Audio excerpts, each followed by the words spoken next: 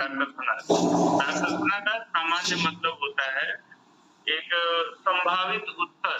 जी। प्राकल्पना को कहते हैं संभावित उत्तर। जी। पहले की गई कल्पना प्राकल्पना होती है। जी। अभी जब आप एमए में इसको पढ़ेंगे तो 3 तरह की मुख्यतः प्राकल्पनाएं होती हैं।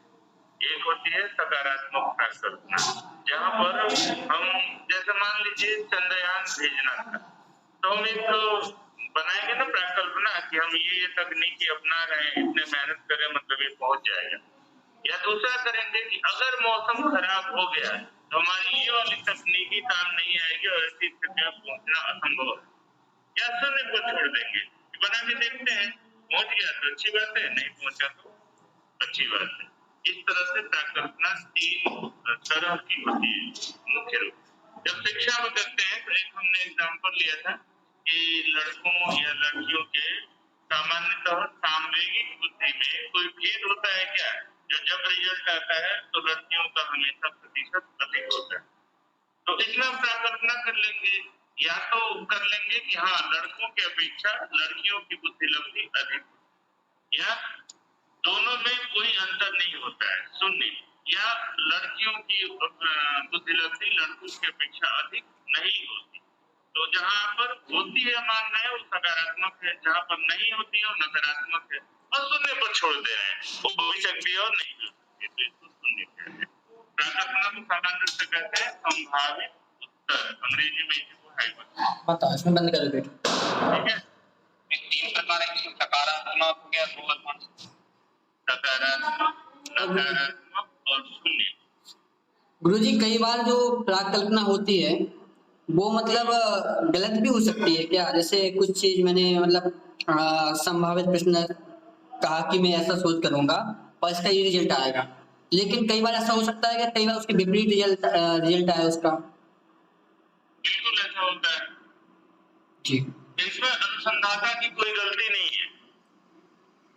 उदाहरण के लिए कोई ऐसा क्षेत्र, जैसे मान लीजिए शिक्षा के क्षेत्र में हम कार्य कर रहे हैं और एक यह प्राकल्पना की जाए कि कला वर्ग में नामांकन का दर इसलिए कम है क्योंकि इसमें नौकरियों की कमी है, ठीक है, आजीविका के साधन नहीं है। जी जी। एक प्राकल्पना कर दिया जी। कि इसीलिए कम है क्योंकि आजीविका के साधन नहीं है, नकारात्मक, क्योंकि आजीविका के साधन सरकारी नौकरी के अलावा अन्य भी बहुत सारे हैं, फिर भी कम। और शून्य पर कर दिया कि आजीविका के साधन होने या नहीं होने से कला वर्ग में प्रवेश का कोई मतलब नहीं है। या ये थोड़ा उलझा हुआ और समझो, जैसे मान लो एक कर लिया कि कल बारिश अगर होती है तो मौसम अच्छा होगा, ठीक है, तो मौसम अच्छा होने के पीछे बारिश होती है तो अच्छा होगा, सकारात्मक, बारिश नहीं होती है तो अच्छा नहीं होगा, नकारात्मक। और शून्य पर हो जाए या नहीं हो, हमें उससे कोई लेना देना नहीं है। शून्य का मतलब होता है एक तो ग्राफ बनाया होगा, ग्राफ में देखे होंगे कि 4 हिस्सों में ग्राफ बनता है, एकदम प्लस जैसे बनता है, जैसे बीचों बीच बनता है, तो मिड पॉइंट से ग्राफ को याद है कि एमएड में तो अभी बनाए थे, एमएड क्या बीएड में? जी जी याद है, भूल गए हो? आता है थोड़ा थोड़ा। तो जहाँ पर उल्टा एल बनाते हैं ना, एल तो सीधा ही होते हैं, उल्टा काम कर रहे हैं, जो एल बनाते हैं उसके नीचे भी वो दोनों रेखाएं आती है बराबर, वो दोनों माइनस में रहती है, इसलिए हम 0 से शुरू करते हैं, एक्स एक्सिस और वाई, ठीक है। गुरुजी जो प्राकल्पना रहती है कई बार मतलब जो शोध करते हैं उसमें पूर्वाग्रह से ग्रसित भी हो सकती है क्या? आवाज तेज बोलो। पूर्वाग्रह से ग्रसित भी हो सकती है क्या गुरुजी? क्या कर सकते हैं? ये जो मतलब कुछ मतलब शोध कर रहे हैं, शोध जो होता है वो तो मतलब निष्पक्ष होना चाहिए, लेकिन कई बार क्या पूर्वाग्रह से ग्रसित हो सकती है क्या? ये मतलब होती है, ज्यादातर लगता है ऐसा।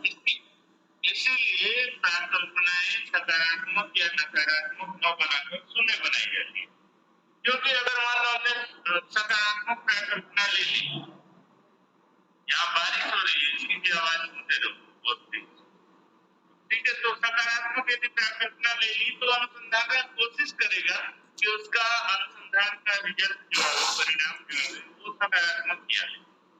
इसी प्रकार नकारात्मक ले लिया, कोशिश करेगा बहुत देर तक कि नकारात्मक है। इस इसीलिए सकारात्मक या नकारात्मक न लेकर के शुद्ध प्राकल्पना जो होती है वो शून्य होती है। शून्य रहेगा तो चाहे सकारात्मक हो या नकारात्मक हो, अनुसंधाता के अपने मान्यताओं का प्रभाव नहीं पड़ेगा। जी गुरुजी आगे सुन। ठीक है, एक उदाहरण ले लीजिए, मान लो ईश्वर है, ठीक है, और वो सारा संभाल लेगा, सकारात्मक है। दूसरा है कि ईश्वर नहीं है और कुछ भी नहीं संभालेगा, सारा हमें को करना है, ये नकारात्मक है। उसमें शून्य कर दो, अगर होगा तो संभाल लेगा, नहीं होगा तो हम तो कर ही रहे हैं।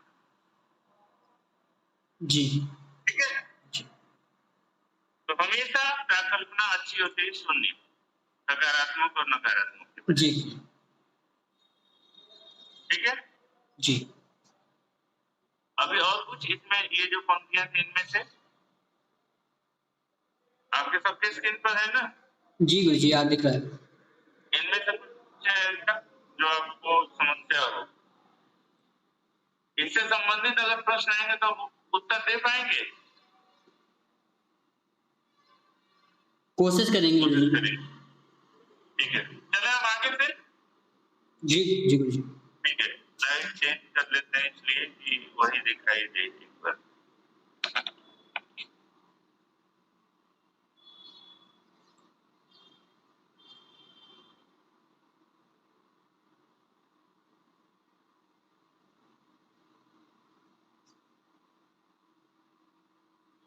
अब कौन सी स्लाइड दिख रही है? वैज्ञानिक पद्धति विधि, साइंटिफिक मेथड, राइट। तो जो पाठ्यक्रम है आपका ये कोर्स 9 में सेकंड पेपर, उसके अकॉर्डिंग हम पूरा मूव कर रहे हैं, आगे बढ़ रहे हैं। पहले हमने देखा शैक्षिक शोध, फिर शैक्षिक शोध की प्रकृति देखी, अब इसमें अगला है वैज्ञानिक विधि, साइंटिफिक मेथड से क्या तात्पर्य।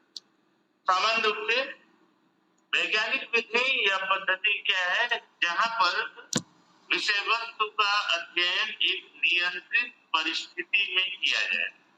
नियंत्रित परिस्थिति का मतलब यह होता है कि बाह्य प्रभाव से प्रभावित न हो। उदाहरण के लिए अभी हम लोगों की जो कक्षा है इसमें लाइट नहीं है, पहली समस्या। दूसरी, बारिश हो रही है और बादल गरज है, वो भी आ रहा है, वो भी हम लोग को बीच में डिस्टर्ब करेगा। अगर लाइट बहुत देर नहीं रही और ये इन्वर्टर भी बैठ लिया तो ऐसी स्थिति में इंटरनेट भी बैठ जाएगा अपने आप होता। तो ये सब बाहरी प्रभाव है। तो दो चर हैं, एक है चर जो प्रभावित कर रहा है, वेरिएबल, ये तो पढ़ा होगा उस समय भी जब हम प्रयोगात्मक विधि पढ़ रहे थे। स्वतंत्र चर, आश्रित चर पढ़ा था शायद, और मध्यवर्ती चर। ठीक है, तो स्वतंत्र बोलते हैं इंडिपेंडेंट वेरिएबल। इंडिपेंडेंट वेरिएबल वो होता है जिसका प्रभाव पड़ता है। जैसे इस कक्षा में मैं कुछ विषय वस्तु लेकर के आपसे चर्चा कर रहा हूँ और एक तरफा फिलहाल इस विषय वस्तु पर जो कुछ भी हम है ये आपको बताने का प्रयास कर रहे हैं, तो इसका प्रभाव आपके ऊपर पड़ रहा है। तो यहाँ पर स्वतंत्र चर एक तरह से हम हो गए। और भी इसमें देख लो, हमारी पूरी कक्षा का नियंत्रक जो है संयोजक है। संयोजक एक तरह से पूरा नियंत्रण अपने हाथ में रखा हुआ है, वो चाहे तो सबको रिमूव कर दे, सबको हटा दे, चाहे तो सबको रख। स्वतंत्र चर हमेशा होता है जो सबको प्रभावित करता है। आश्रित चर वह होता है जो स्वयं प्रभावित होता है, या यह कह लें कि स्वतंत्र चर से जो प्रभावित होता है उसको आश्रित चर या फिर उसको बोल देते हैं डिपेंडेंट वेरिएबल, अंग्रेजी में बोलते हैं। यहाँ पर आप सभी डिपेंडेंट हैं। किसके डिपेंडेंट हैं? आज की कक्षा, टॉपिक और स्वयं जिस विषय वस्तु को हम चर्चा कर रहे हैं वो सब हम डिपेंडेंट, सभी आश्रित हैं। और मध्यवर्ती चर क्या हो गया? ये सारी चीजें जो हमें जोड़ रहे हैं, ये पीपीटी या फिर ये उपकरण जिनके माध्यम से हम अभी एक साथ अपने कार्य कर पा रहे हैं, बोल रहे हैं, समझ रहे हैं, और बाकी की सहयोगी जितनी चीजें वो सब मध्यवर्ती चर के अधीन। तो मुख्य रूप से चर दो प्रकार के होते हैं, स्वतंत्र चर और आश्रित चर। थोड़ा और इसमें जोड़ते हैं, बीच वालों की भूमिका जब लेती है तो 3 प्रकार का होता है, स्वतंत्र, आश्रित और मध्यवर्ती चर। आगे चल के फिर 5 प्रकार का होता है, फिलहाल आप इतना समझिए 3 प्रकार का होता है। तो नियंत्रित परिस्थिति में क्या होता है? स्वतंत्र और परतंत्र, जहां पर एक व्यक्ति प्रभावित कर रहा है और दूसरा व्यक्ति प्रभावित हो रहा है, उसमें किसी तीसरे का प्रभाव नहीं आवे, इसके लिए कुछ चीजों पर नियंत्रण करना पड़ता है। ऐसी परिस्थिति को बोलते हैं नियंत्रित परिस्थिति। जैसे एक कमरे में हम ऐसी जगह बैठे जहाँ लाइट की व्यवस्था हो समुचित, बाहर की बादल गरजने की आवाज न आवे, बारिश की आवाज न आवे, ये सारी चीजें करके हम एक लैब बन सकते हैं। सामान्यतः वो लैब बना सकते हैं। इसी लैब को या प्रयोगशाला को बोलते हैं सामान्यतः नियंत्रित परिस्थिति। तो वैज्ञानिक विधि का मतलब हो गया कि वैज्ञानिक अध्ययन हमेशा नियंत्रित परिस्थिति में होता है। नियंत्रित परिस्थिति मतलब कार्य और कारण के बीच किसी ऐसे तत्व का सहयोग नहीं लिया जाता है जो बिना काम का इफेक्ट करे। कुत्ता भौंकने लगे मान लीजिए बीच में, तो उससे हम दोनों की चीजें न हम सुन पाए न बोल पाए, कुछ भी नहीं कर पाएंगे, वो प्रभावित होगी। तो इसी को बोल रहा है कि नियंत्रित परिस्थिति में करके विषय वस्तु का अध्ययन नियंत्रित परिस्थिति में करके एक वैध सामान्यीकरण करते हैं। वैध सामान्यीकरण देखिए, वैध और विश्वसनीय दो चीजें मापन मूल्यांकन में आपने पढ़ा होगा। वैधता का मतलब है कि जिस लिए बनाया गया है उसके मापन में समर्थ होना चाहिए। उदाहरण के लिए नेट की परीक्षा हो रही है, एनडीए ले रही है, और इसका मुख्य उद्देश्य है एलिजिबिलिटी। और एलिजिबिलिटी का मतलब जो असिस्टेंट प्रोफेसर के रूप में एक व्यक्ति में विद्यमान, सिर्फ परीक्षा पास करना नहीं। तो अगर इस परीक्षा को पास करने के बाद अध्यापक एक मुखर अध्यापक के रूप में समाज के सामने आ रहा है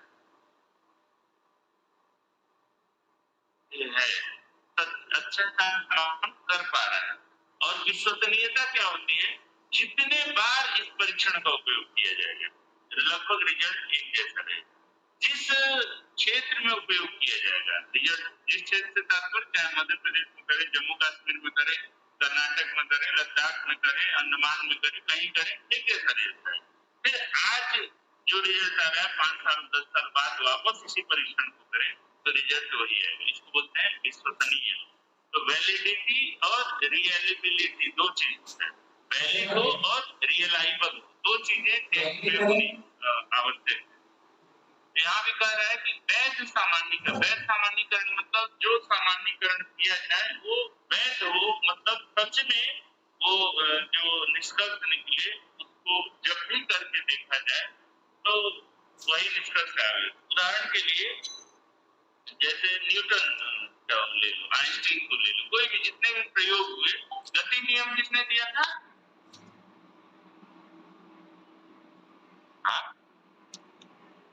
अध्येतागण सुनाई दे रहा है कि नहीं हो? न्यूटन नहीं दिया होगा शायद से, पता नहीं करता। गुरुत्वाकर्षण किसने दिया था? ग्रेविटी। वो तो न्यूटन ने पक्का 100%। न्यूटन ने दिया था गुरुत्वाकर्षण।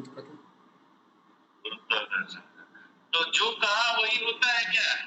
आज भी जो भी संबोधित की गुरुत्वाकर्षण का मतलब क्या होता है कि हमेशा पृथ्वी में अर्थ में ग्रेविटी है, कोई भी वस्तु हम छोड़ दें अगर बीच में तो अर्थ की तरफ हो जाएगा, यही होता है ना जी। तो ये इसी को बोलते हैं वैलिड। वैलिड मतलब हम करके देखेंगे, पेन उठाया, कागज का उठा के अपने पैर ही उठा करके रखेंगे तो वापस तो जमीन की तरफ जा रहा है, ऐसा नहीं कोई टिक जा रहा है। ठीक है, ये ग्रेविटी का रूल है। और ये इसको बोलते हैं जनरलाइजेशन, मतलब आम आदमी को समझ में आवे ऐसी भाषा में कहना, उसको बोलते हैं जनरलाइजेशन। तो वैज्ञानिक विधि का तात्पर्य क्या है? उस विधि से है जिसमें वैज्ञानिक वैज्ञानिक का तात्पर्य है कि जो भी अध्ययन कर रहा है विज्ञान की विधि को लेकर उसको वैज्ञानिक है। अपनी विषय वस्तु का अध्ययन एक नियंत्रित परिस्थिति में करके, नियंत्रित परिस्थिति मतलब कंट्रोल्ड सिचुएशन, जहाँ पर बाहरी चीजों का प्रभाव न पड़े, उसको बोलते हैं नियंत्रित परिस्थिति।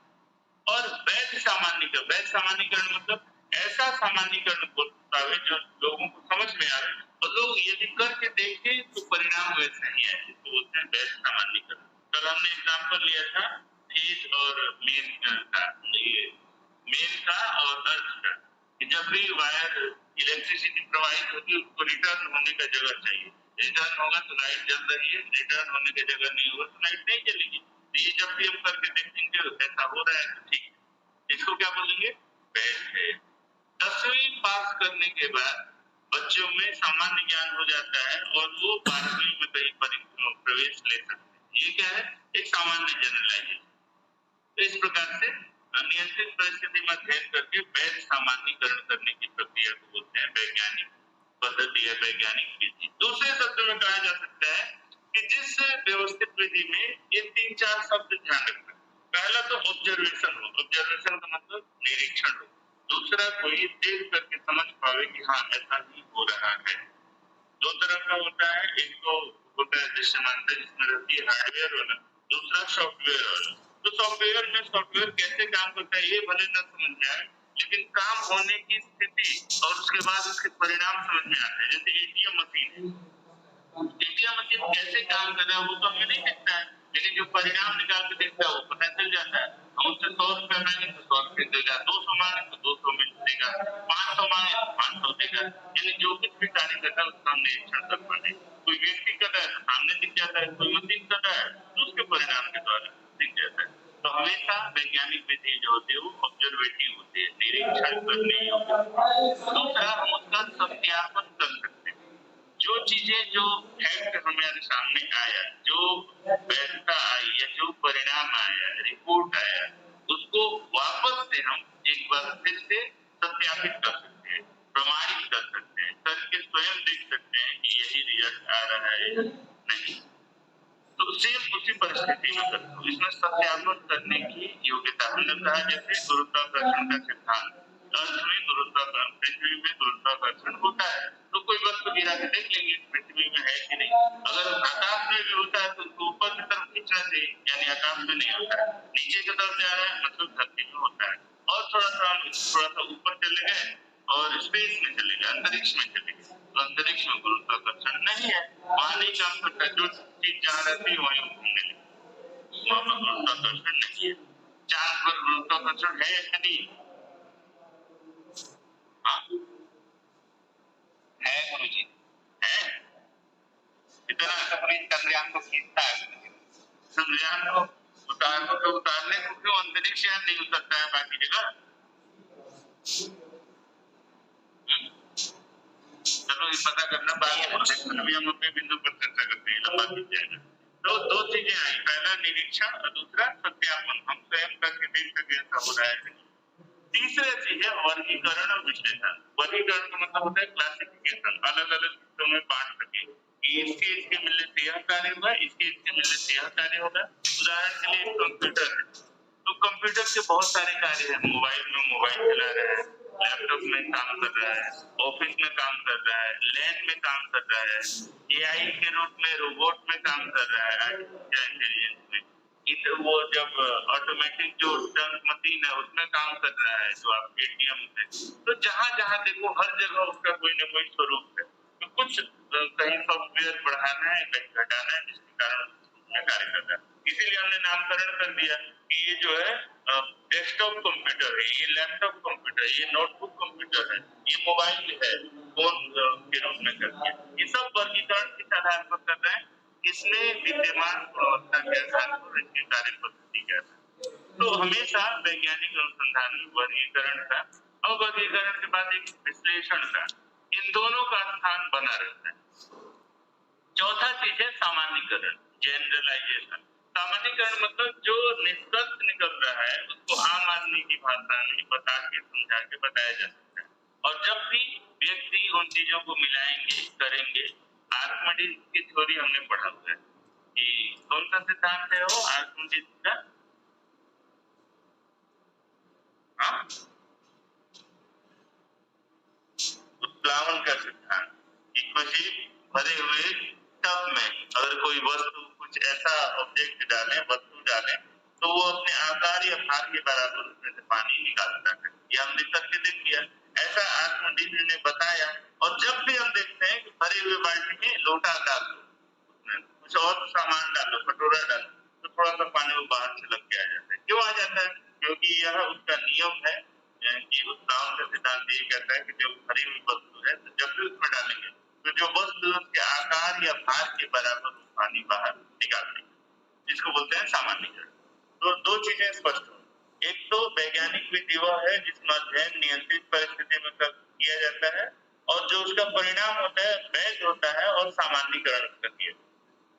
पहला बिंदु। दूसरा शब्द में कहा जा सकता है कि वैज्ञानिक विधि वह विधि है जिसमें निरीक्षण किया जा सके, सत्यापन किया जा सके, वर्गीकरण किया जा सके, विश्लेषण किया जा सके और सामान्यीकरण किया जा सके। ये इतने यदि सोपान किसी भी अनुसंधान में लागू होते हैं तो उस सोपान को, उस अध्ययन पद्धति को हम बोलेंगे वैज्ञानिक विधि। अब एक उदाहरण लेते हैं, जैसे मान लीजिए कि शास्त्र में अध्ययन कोई कर रहा है और क्या कर दिया कि आजकल करते हैं, संप्रति तो हमारे पास आया था कि कौन सी बाल मनोरमा टीका और तत्वबोधिनी टीका का दोनों का तुलनात्मक अध्ययन, ये अनुसंधान कर रहा था। व्याकरण का एक लड़का है, हमारे यहाँ से आया है ना, 2-4 व्याकरण यहाँ लेकर एक आया हुआ था, क्या नाम था, कांग्रेस का अच्छा टॉपिक है।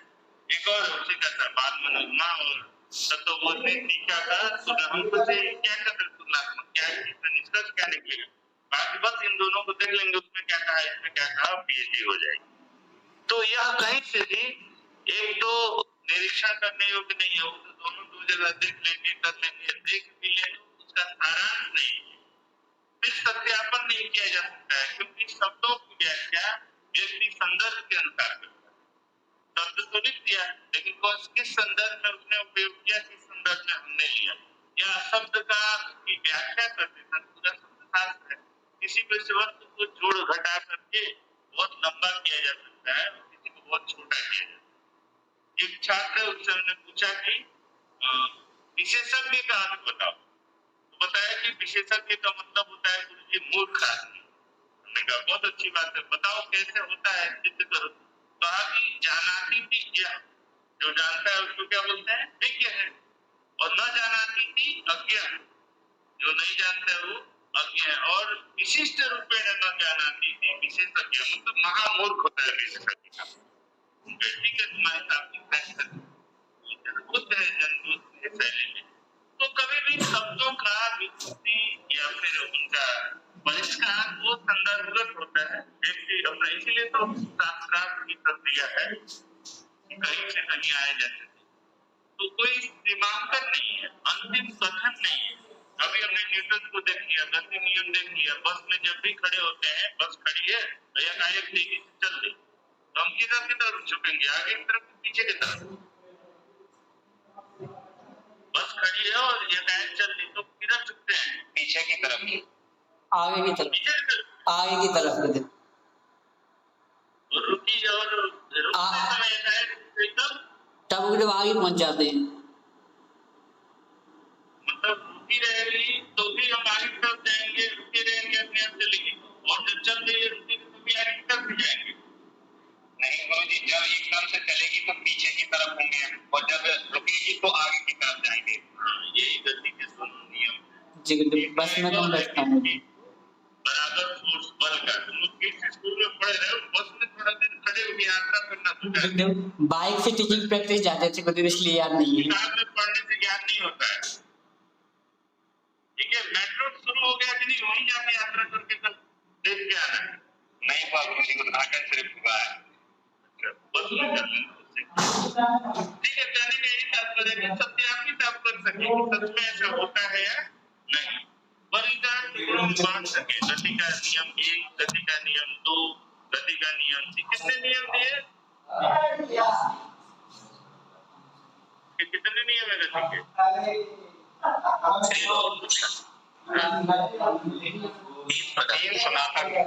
सुना था ना, मतलब और भी सुनना है क्या, कल बताना 3 कौन कौन से हैं। वर्गीकरण इसी को बोलते हैं, वर्गीकरण मतलब एक एक हिस्से में बांटना, कि इसको 1 कहें, इसको 2 कहें, इसको 3 कहें। अब विश्लेषण के तात्पर्य है इन सब में विद्यमान अंतर को समझना, इसको बोलते हैं एनालिसिस करना। क्लियर है? मतलब ऐसी भाषा में प्रस्तुत करना कि लोग इसको समझ पाए। एक हमारे देश की सबसे बड़ी यह भी कि हम जनबोध शैली में नहीं प्रस्तुत करते, इसलिए यहाँ नामांकन की कमी आ जाती है। आम आदमी समझे ऐसे शैली में जब भी प्रस्तुत करने का प्रयास करेंगे तो लोगों के लिए वो बोध कम होता है। और वैज्ञानिक अनुसंधान का मतलब ये होता है कि व्यक्ति समझे कि ये क्यों हुआ, क्या हुआ, और परिणाम जो आ रहा है उसको हम सभी उपयोग करें। ठीक है, इसको हम बोलेंगे क्या, वैज्ञानिक विधि। स्पष्ट है, किसी कोई डाउट नहीं? आगे चल ले, जी, जो वैज्ञानिक विधि में आपने बताया कि अपन अगर कोई यहाँ पे भी हम अगर देखेंगे तो भी वही रिजल्ट निकलेगा, हम किसी और मतलब तो इससे भूगोलिक दृष्टि मतलब भूगोलिक या फिर स्थिति या फिर पर्यावरण का कोई असर नहीं पड़ता है, जैसे शारीरिक कुछ अपन रिसर्च करें ऐसे। नहीं, इसीलिए तो रियलाइबल इसीलिए बड़ा होगा। टीएटी टेस्ट के बारे में सुना होगा या सीएटी के बारे में? टी इसके परीक्षण के टी का सुना है सर, टी परीक्षण। हरमन रोसा टी परीक्षण तो स्टैटिस्टिक्स का है ना। जी बिल्कुल। हरमन रोसा का नाम सुना कि नहीं? रोसा परीक्षण में बीएड में करवाया था शायद आपने। हाँ, बीएड में भी कर दिए थे ना। जी। वही रोसा का जो सही परीक्षण रोसा ने बनाया था, कब बनाया था? और आज भी विश्वसनीय है कि नहीं? जी। हम करते हैं और बनाया था, अमेरिका हो, ब्रिटेन हो, रशिया हो, कहीं भी हो, हर जगह बैन है। तो बैन का मतलब जिस लिए बनाया गया उसका मापन करें तो क्या होगा? बैन। और विश्वसनीय किसे कहेंगे? विश्वसनीय उसे कहेंगे जो किसी भी परिस्थिति में करें, किसी भी स्थान पर करें, किसी भी भाषाई संदर्भ में करें, परिणाम एक जैसा। ऐसा नहीं है कि जगह बदलने से परिणाम बदल जाए। राइट? जी सर। इसको बोलते हैं विश्वसनीय। तो देखो, किसी भी परीक्षण में दो चीजों की होना अनिवार्य है, दो चीजों का, एक तो वैधता, दूसरा विश्वसनीय। ठीक है? जी सर। तब तो नहीं है वो। नहीं चल रहा है कंटिन्यू। चलो 2 मिनट और देख लेते हैं। तो यही टाइम तुम्हारा रहेगा, जो निर्धारित कर दें। जी। बहुत सारा काम भी रहता है। अब लग रहा है तुम सच में पढ़ना चाह रहे हो, इसलिए हम रुक रहे हैं। पहले सोचे भाग जाओगे तो अच्छा होगा, नहीं भाग रहे हो तो पढ़ो फिर। देखो अगला स्टेप, अब इसमें वास्तुतः वैज्ञानिक विधि में कुछ स्टेप्स होते हैं। एक तो हमने 4-5 चीजों को जनरल कह दिया कि पहला क्या होगा उसमें, सबसे पहला होगा कि क्या 3-4 चीजें रखे ना, सत्यापन हम कर पाएंगे। दूसरा वैध होगा, तीसरा सामान्यीकरण होगा, चौथा वर्गीकरण होगा, पांचवा विश्लेषण होगा। ये सारे हैं, लेकिन स्टेप बाय स्टेप देखें तो वस्तुतः 4 इसके मुख्य स्टेप हैं। और इन चारों को स्टेप को पूरा करने के लिए 5 स्टेप अनुसंधान के क्षेत्र में बना दिए हैं। कुल मिलाकर जो पांचवा होता है उसको बोलते हैं निष्कर्ष, बाकी ये 4 होते हैं। और इसीलिए अभी तुम लोग जाओगे डिजिटेशन लिखे हुए हैं, उसमें भी टोटल 5 ही अध्याय है। ऐसा नहीं कि अध्याय बढ़ जाएगा, या फिर पीएचडी करेंगे उसमें 5 ही अध्याय, वही 5 इसमें से निष्कर्ष सहित होगा। पहला क्या है? Identification of problem. सबसे पहले समस्या की पहचान करना, पहला विषय। समस्या क्या है? जो भी रिसर्च होता किस लिए है? जीवन में व्यक्ति को जो समस्याएं आ रही हैं, इन समस्याओं के समाधान। यही तुम्हें कौन सा ये दिख रहा है नहीं स्लाइड? हाँ ये दिख रहा है, वैज्ञानिक विधि के चरण किसी भी वैज्ञानिक, हाँ 5 सोपान दिख रहे हैं। हाँ ठीक है, यही ठीक है, इसी पर चलते हैं। तो इसमें सबसे पहला क्या करिए, समस्या।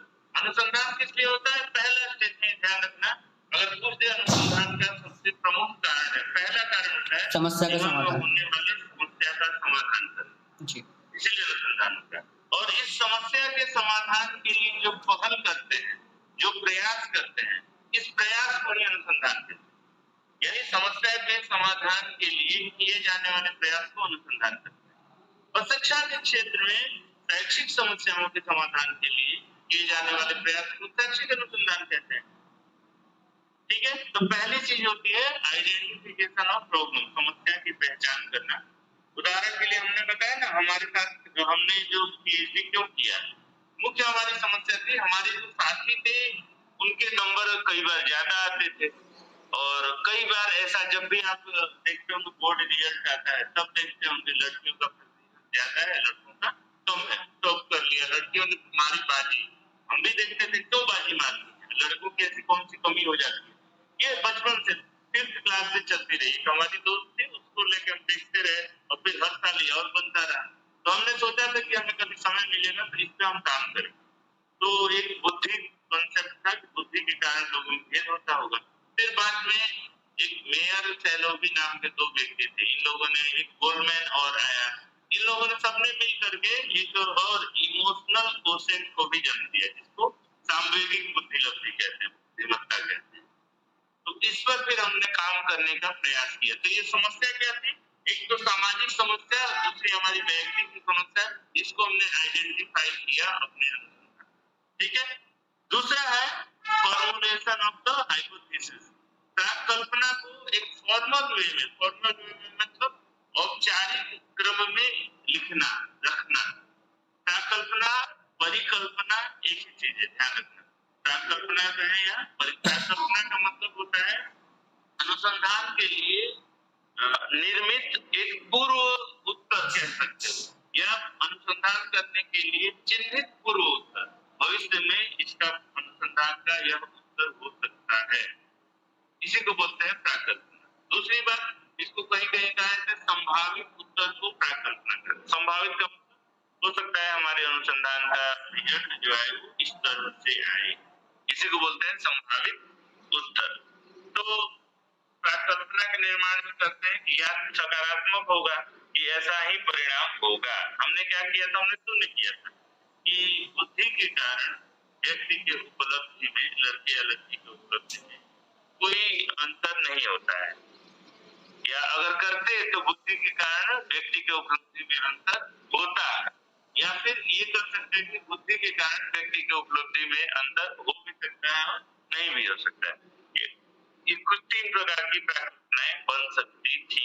आप पहले से जान ली प्राकल्पना मुख्यतः 3 प्रकार की होती है। दूसरा स्टेप होता है समस्या की पहचान के बाद प्राकल्पना का निर्माण करना।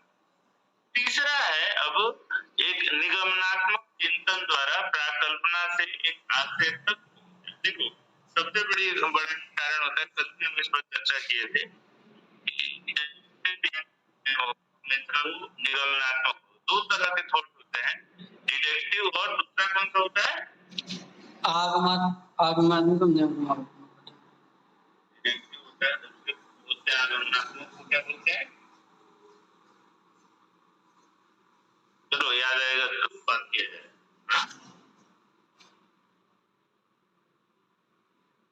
तो पहला क्या है?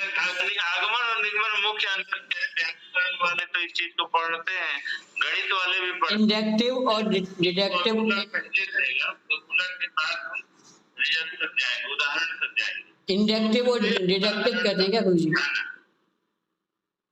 इंडक्टिव और डिडक्टिव ऐसा कुछ? हाँ बिल्कुल, इंडक्टिव और डिडक्टिव 2 तरह के होते हैं, बोलते हैं एक को आगमन, दूसरे को निगमन। तो हमेशा जो वैज्ञानिक अध्ययन होता है वो मूर्त से अमूर्त की तरफ जाता है ना, स्थूल से सूक्ष्म की तरफ जाता है, विश्लेषण से संश्लेषण की तरफ जाता है। तो ये हमेशा उपलब्ध समस्याओं का विश्लेषण करके समाधान निकाला जाता है। इसीलिए शैक्षिक समस्याओं में हमेशा या लगभग निगमनात्मक चिंतन का उपयोग किया जाता है, डिडक्टिव थिंकिंग का उपयोग किया जाता है। डिडक्टिव थिंकिंग का मतलब होता है समस्या हमारे सामने स्थूल रूप में है, अब हम कारण जानने का प्रयास करते हैं कि आखिर यह समस्या है तो क्यों। इसीलिए इसमें कौन सी विधियां ये सब अप्लाई होती है? ज्ञात से अज्ञात की होती है, क्यों हो रही है वह जानना, या फिर जो उपलब्ध है मूर्त है अमूर्त, या फिर जो सूत्र है सूत्र से प्रयोग क्यों, ये सब इसमें विधियां अपनाई जाती है। तो यही निगमनात्मक चिंतन को अपना के, अर्थात जो उपलब्ध है उसके आधार पर अनुपलब्ध और क्या हो सकता है उसके बारे में प्राकल्पना बना करके और समस्या तक पहुंचने का एक प्रयास किया जाता है। ये तीसरा इसका स्टेप। चौथा है फिर साक्ष्यों का संग्रहण, विश्लेषण और उसका जांच करना। एक तरह से इसमें कलेक्शन किया जाता है, एनालिसिस किया जाता है और एविडेंस को क्लियर किया जाता है। जो साक्ष्य मिल गए हैं वो कितने कारगर हैं उसको अपनाया जाता है। चौथा यह है, इसमें क्या किया जाता है, जब हमने प्राकल्पना कोई ले ली है, प्राकल्पना कोई समस्या चिन्हांकित कर ली, कौन सी समस्या ले ली है? ये बस लड़के और लड़कियों की बुद्धि में भेद होता है। तो निगमनात्मक चिंतन के द्वारा क्या करेंगे कि अब बुद्धि में भेद होता है, इसको जानने के लिए कौन कौन से संसाधन उपलब्ध है हम जान पाए। तो कोई टेस्ट ढूंढेंगे, उस टेस्ट एक तो हमें पता चल गया है स्थूल रूप से कि पेपर वाले बता रहे हैं कि लड़कों की अपेक्षा लड़कियों की बुद्धिमत्ता अधिक है, तभी उनके मार्क्स अधिक आ रहे हैं, ये स्थूल है। यहाँ से सूक्ष्म की तरफ जाएंगे इसलिए निगमनात्मक मतलब ये तीन तरह से मुख्य थॉट मिल गया है, इससे इसके कारण ढूंढने जाएंगे, तब हम फिर वहां तक पहुंचने का प्रयास करेंगे। उसके लिए कोई टेस्ट ले, फिर टेस्ट लेने के बाद टेस्ट को जब अप्लाई करते हैं तो उसको बोलते हैं साक्ष्यों का संग्रहण। तो जिसके ऊपर अप्लाई कर रहे हैं वो कुछ भर के तो देगा, लड़के से भरवाएंगे, लड़के से भरवाएंगे, लाओ 10 प्रश्नों का उत्तर 30 सेकंड में तुम भी दो, तुम भी दो। अब देखेंगे कि कौन ज्यादा दे रहा है। सब में लड़कियां अगर जल्दी दे रही हैं, जल्दी के साथ शुद्ध दे रही हैं, तो उनका साक्ष्य अच्छा है। फिर उनका विश्लेषण करेंगे। जब ऐसे बहुत सारे लोगों को फिर टेस्ट लेंगे तो उनका फिर एक टेबुलाइजेशन करेंगे, पहले टेबल बनाएंगे, उस टेबल में डेटा को फिट करके फिर एनालिसिस करके देखेंगे कि क्या हो रहा है। ये चौथा स्टेप होता है। और पांचवा स्टेप इसका जो होता है वो होता है कंक्लूजन। कंक्लूजन में क्या होता है, निष्कर्ष निकालते हैं कि यही कारण है कि यह इन दोनों में भेद है। पांचवा दिख नहीं रहा है, पांचवा नहीं दिख रहा है। हाँ, तो ये 4 तक में दिख रहा है ना जी। तो पांचवा होता है कंक्लूजन, निष्कर्ष निकालना। और यही इसीलिए देखो जब जाओगे पीएचडी करने के लिए 5 स्टेप होते हैं। समस्या की जो पहचान होती है, पहला चैप्टर उसको बोलते हैं कॉन्सेप्चुअल बैकग्राउंड। एक पृष्ठभूमि होती है समस्या संबंधित, उसी को बोलते हैं समस्या का पहचान। जो दूसरा होता है रिलेटेड रिव्यू का होता है, कल्पना निर्माण वस्तुतः तीसरे में भी जाता है, दूसरे में भी रह जाता है, कराने वाले पर डिपेंड करता है, उसको उसकी प्रकृति पर डिपेंड करता है। जो तीसरा अध्याय होता है उसको बोलते हैं प्रोसीडिंग ऑफ रिसर्च, अध्ययन की प्रक्रिया या अनुसंधान की प्रक्रिया क्या है। जैसे हमने इसमें कहा ना कि हमारे पास साक्ष्य मिल गया कि लड़के लड़कियों की बुद्धिलब्धि में अंतर है, तो उसके लिए हम कौन से टेस्ट डालेंगे, फिर कौन सी विधि अपनाएंगे, सब तीसरे अध्याय में लिखना होगा।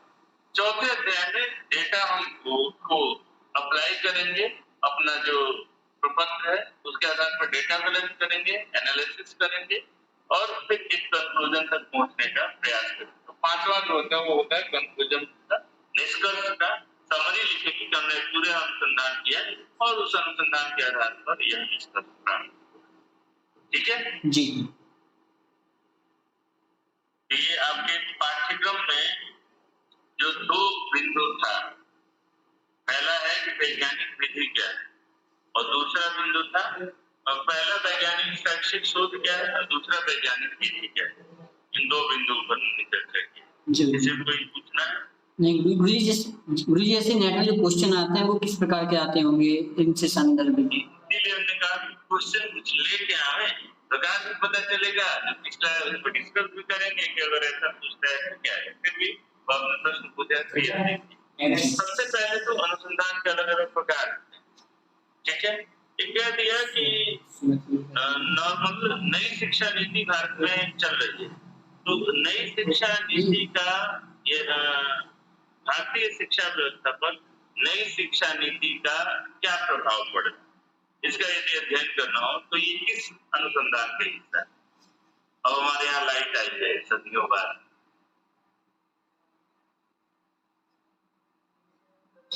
कौन सा अनुसंधान है बताओ। नई शिक्षा नीति का प्रभाव देखना है वर्तमान शिक्षा प्रक्रिया पर।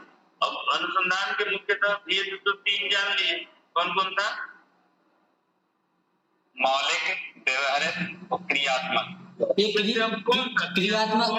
क्रियात्मक होगा गुरु जी इसमें से। बहुत महामारी में क्रियात्मक होगा। हमने कहा ना क्रियात्मक किसलिए होगा, जब पर्सन टू पर्सन कोई प्रॉब्लम होगा, या तो टीचर को प्रॉब्लम हो बच्चे से, बच्चे को प्रॉब्लम हो टीचर से, करिकुलम से, या फिर जो हमारा एडमिनिस्ट्रेशन है उससे, तब उस प्रॉब्लम के समाधान के लिए टीचर अनुसंधान करेगा। अब नई शिक्षा नीति का प्रभाव है कि नहीं टीचर करेगा, टीचर को क्या जरूरत, प्रभाव है कि नहीं किसका काम है देखना जाना है। नीति विशेषज्ञों का, नीति विशेषज्ञों का, नीति विशेषज्ञों का, प्रशासन का, सरकार का। हमने यह तो क्लियर किया था ना कि शैक्षिक शोध हमेशा शिक्षा वाले करेंगे, क्रियात्मक शोध कौन करेगा, टीचर करेगा, प्रिंसिपल करेगा, रिसर्चर एजुकेशनल करेगा, कोई स्टूडेंट करेगा, या कोई सोशल पर्सन जिसको एजुकेशन में इंटरेस्ट है। जी। नीति का प्रभाव है कि नहीं किसी के पास आ रहा है, तो क्यों करेगा। या फिर अगर कोई व्यक्ति लिया हुआ है तो नई शिक्षा नीति को कहीं ना कहीं सीमा अनुसंधान का कोई ले सकता है, तो तो कोई लेवल डिसाइड कर देगा, उसी लेवल का देखेगा, इतना मोटे तौर पे नहीं है।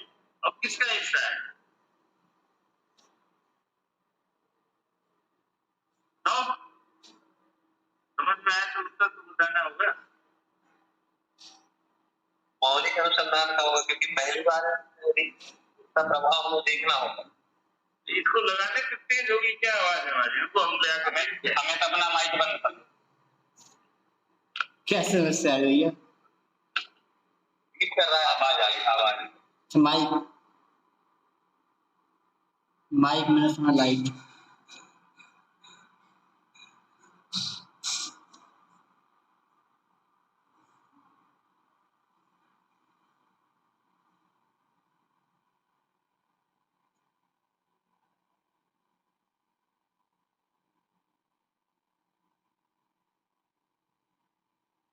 अब बोलिए गुरुजी, अब आइए आवाज। ईयरफोन लेने गए हैं।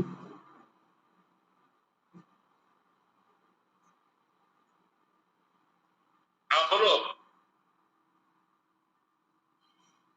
उत्तर बताओ।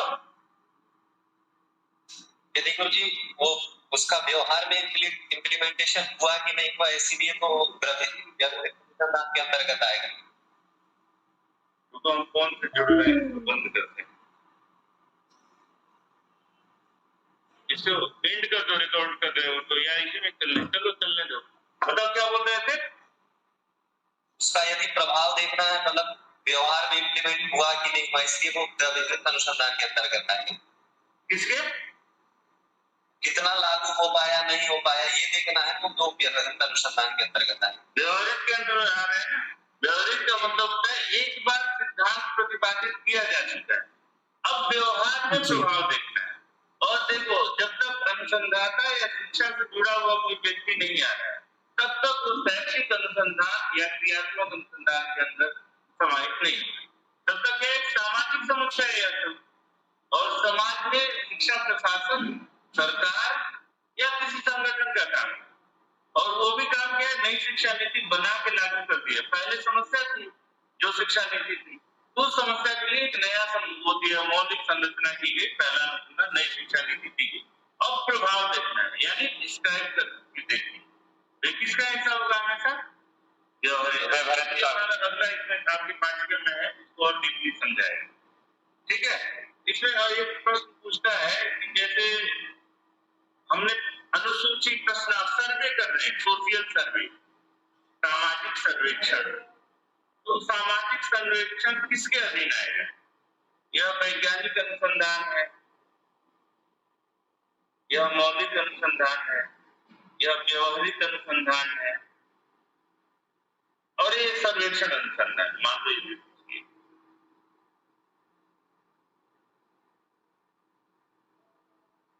तो ये सर्वेक्षण होना चाहिए।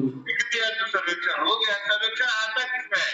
इन तीनों में से किसमें आता है सर्वेक्षण? मौलिक में आता है, व्यवहारिक में आता है, क्रियात्मक में आता है? व्यवहारिक में आता है सर। मौलिक में तो शायद मौलिक में भी आ सकता है सर्वेक्षण, नहीं मौलिक में नहीं आएगा। किसमें आएगा? व्यवहारिक में भी।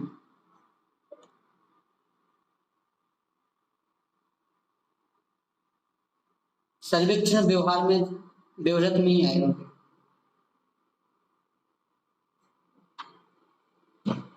बोलो, और मैं आवाज आएगी।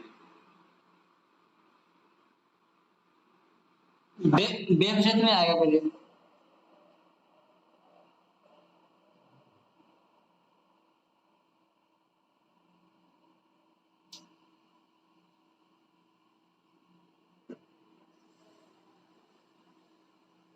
गुरुदेव आपकी आवाज नहीं आ रही। गुरुजी आपकी आवाज नहीं आ रही। अब आ रही है? हाँ अब आ रही।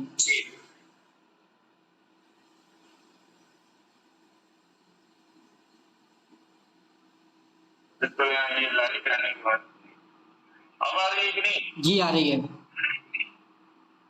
ठीक है, मैं यही कह रहा था, पिछले प्रश्न को एक बार देखिए जी, उससे पता चले किस तरह का प्रश्न पूछ रहा है और हम उसका उत्तर दे पा रहे हैं। जी देखते रहें। जी। अब लगता है कि तुम पढ़ता रहता है एक बार किताब को।